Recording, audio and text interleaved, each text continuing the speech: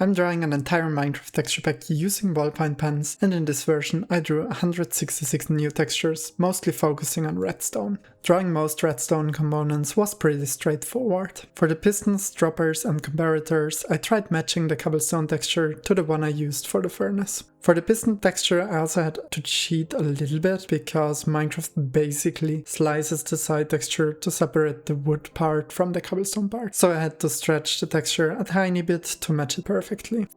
Furthermore, I did not stick to the pixels for the sticky piston part, instead I drew it more freely because I thought it would look good. Similarly, I added some details to the slime block, although I think I could have made that one look even more slimy.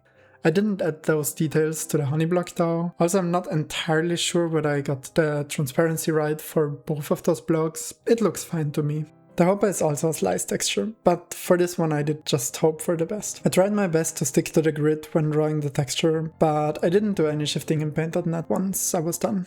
You can see that the slicing isn't perfect. For this texture it doesn't really matter though.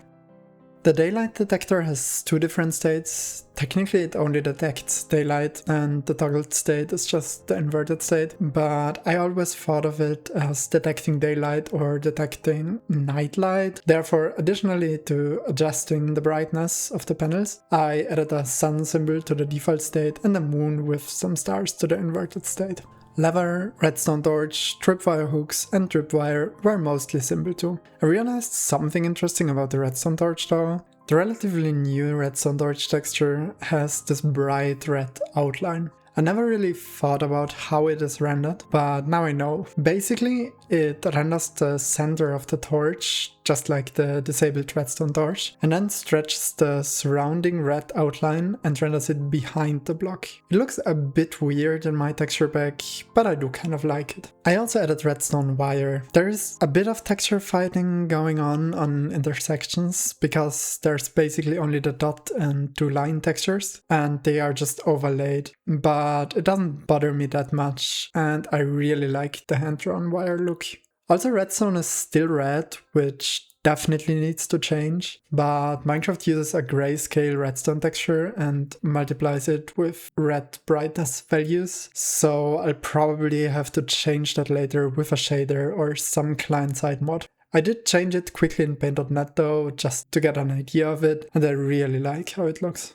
Then I added the repeater, comparator, observer and crafter. All these blocks have different block states, which all only slightly adjust the texture. When I started working on the texture pack, the first multi-state texture I added was the furnace and the redstone lamp, and I redrew the entire texture, of which only a slight part changed. This does look good, but you can see a lot of shifting in the texture when the state changes. For components which toggle quickly, such as the observer, this would have been really annoying, so I just redrew a tiny part and overlaid it. Especially for the crafter, you can see that I just overlaid it, but it still looks better than it would with the entire texture changing. Speaking of the crafter, why does it have so many texture files? There are 14 different textures. I just needed to draw like 5 of them, top, bottom, front, back and side, plus 4 overlay textures. I mean, I get that the crafter has 3 different states, unpowered, triggered and crafting, but they could for example have just mirrored the side textures with code. I don't know. Also, the observer I drew looks so sad. Like, the normal observer texture looks kind of neutral in my opinion, but this one I really feel like it's about to burst into tears or something.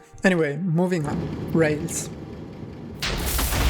Drawing them was pretty much the same as for the previous textures, default states with overlays. I did edit them a bit in Paint.net though, to make the transitions a bit smoother. I made a looping texture of the normal rail by slicing it in half, offsetting it and then fixing the new center. This makes sure they transition cleanly when putting them in a line. I then took the start and the end of this texture and basically pasted it as an overlay on every other rail texture. Then I could smooth out the transition between other rail textures and this overlay to make sure they can all loop with the normal rail, which automatically also ensures they loop seamlessly with every other rail type.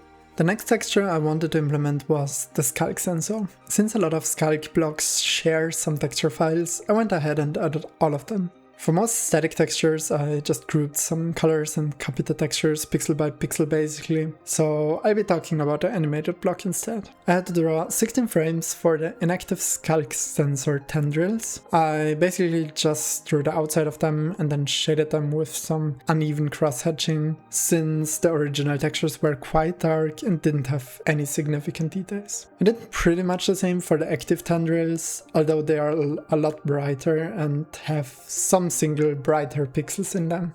The Shrieker has this spinning ghost animation, and for some reason the texture file contains 2 cycles of the animation, so I just had to draw half of the ghosts. I drew them separately and overlaid them to a base texture in Paint.net. The Shrieker has 2 states, one able to spawn a warden, the other not. I learned that the active Shrieker ghosts are brighter and spin in the opposite direction. Then we also have the catalyst with the Sculk spreading animation, also done as an overlay.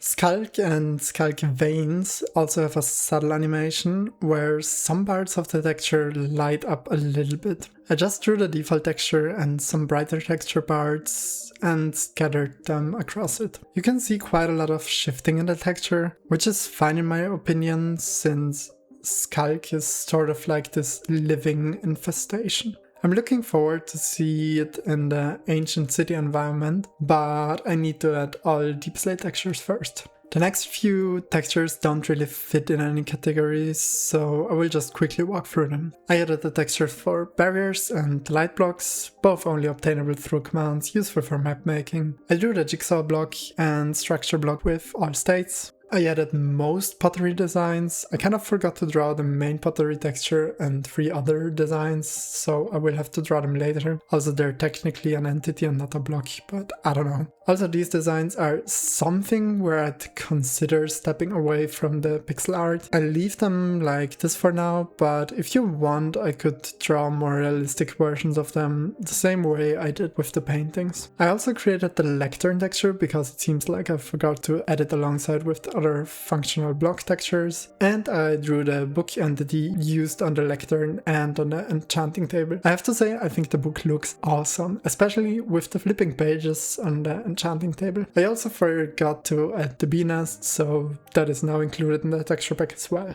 Furthermore, I upgraded the spawner texture to the new one and made the trial spawner textures as well. There are 4 different trial spawner states: ominous, default, both active and disabled. I drew distinct textures for ominous and default state, although they are not that distinguishable in this texture pack, and added the active part as overlay, since it only changes the eyes and the corners. There's also the ejecting state, but that's basically just a different top texture for the active spawners. In addition to that, I added the ominous walls, which can be active, disabled and ejecting. Again, I drew the front side, top and bottom texture for each variant. The side and bottom texture stays the same for both variants, and added the required parts for the different states as overlay.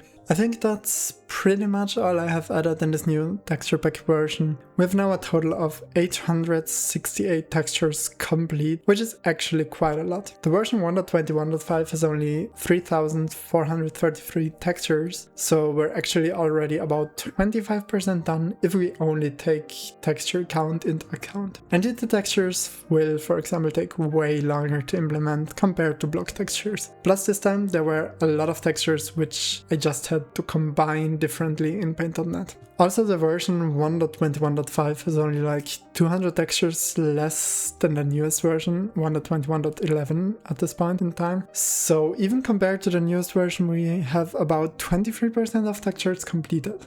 Anyway, as always, you can download this texture pack for free on Modrinth, Curseforge and Planet Minecraft. On Planet Minecraft there's basically just a Google Drive link. Feel free to give me any feedback regarding this video or this texture pack in the comments. Also, I'm not completely sure yet what I'll work on next. I'm thinking of either deep slate and other stone materials so that I can see how ancient cities look. Or maybe I'll work on copper and tuff to get trial chambers done. Maybe I'll also work on something entirely different, we'll see. Anyway, thanks for watching and bye! See you next time!